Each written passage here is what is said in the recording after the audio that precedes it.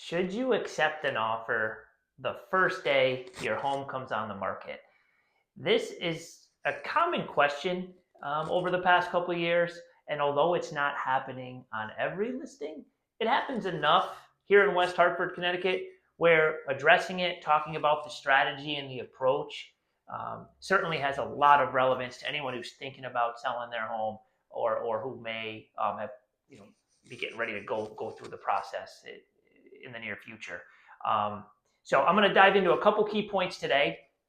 We're going to look at some things to look at in terms of what you should consider as a seller, and then also how to present it to the marketplace so that you don't offend anyone and keep all doors open so that you, the seller, can get the most money possible and the best terms, right? So before I dive in, if you have any questions on any of this, don't be shy.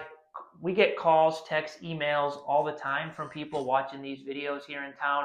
And my team and I, we are always happy to dive in and talk. There's no question too little or too large for us to dive into. So with that being said, this is a good problem to have at the end of the day. 5-6 years ago, it could take 2-3 months to sell a home. So if you get an offer on day one, obviously it's not something that we always want to jump at, but we do want to be grateful for it because it does not happen in every single situation. So you want to be sure, especially if it's a good offer, that we don't lose them or offend them, but at the same time, let the rest of the marketplace get in. So what do we look at? First, how many other showings do we have lined up? Are there 0 showings, or are there 5 or 6 or 10 or 12?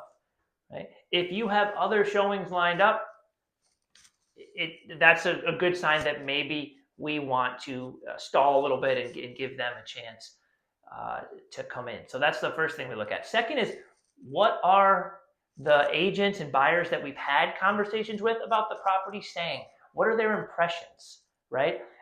Taking that into account, although we don't want to get too attached to feedback, but if a lot of people are excited and wanting to see it and showing strong interest, that's another sign we may not want to jump the gun, okay?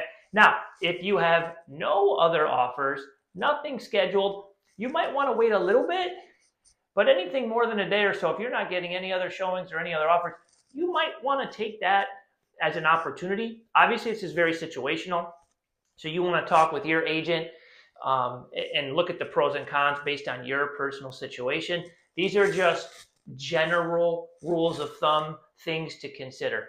If you've gone a day or so, you've stalled a day, and now you've been on the market 2 days, there are no other showings lined up, and this is a great offer, you may want to strongly consider it. If there are lots of showings lined up, we want to delay response. Something that I like to say in this market is, listen, we really appreciate your offer. We know how hard it is out there for buyers.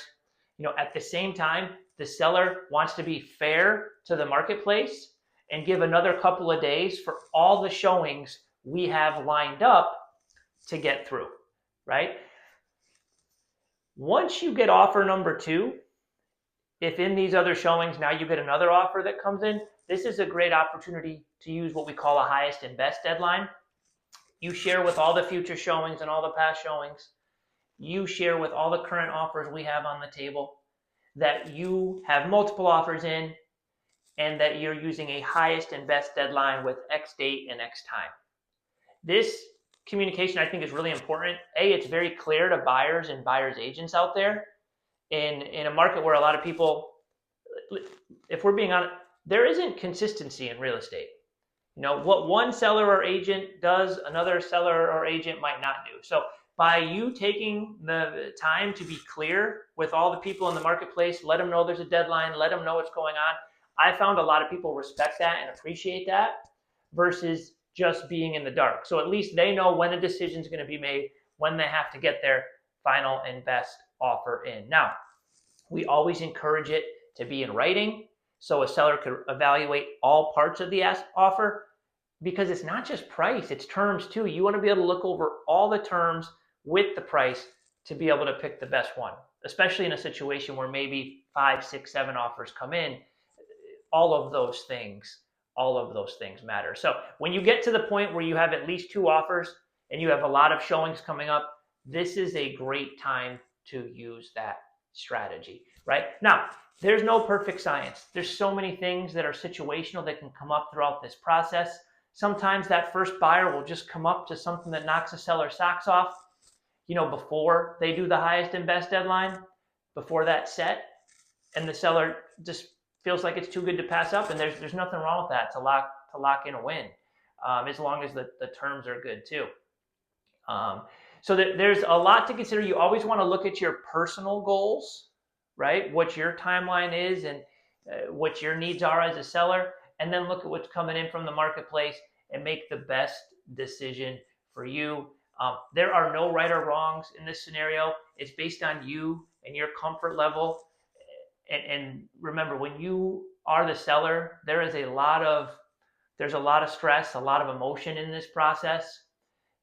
First and foremost, you want to make sure you are at a comfort level and feel good about what's going on. And then, of course, secondary is the rest of the marketplace and making sure they're feeling excited too, because when they're excited and feeling good, the offers tend to go along with that. So I hope this video is helpful in what can be an exciting but also stressful part of the process.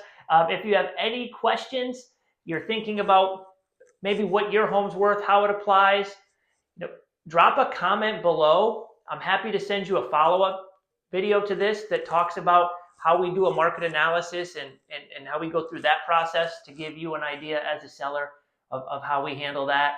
And again, if you have any questions, don't be shy. We're here. My team and I, we're always happy to talk. And I hope this video serves you well.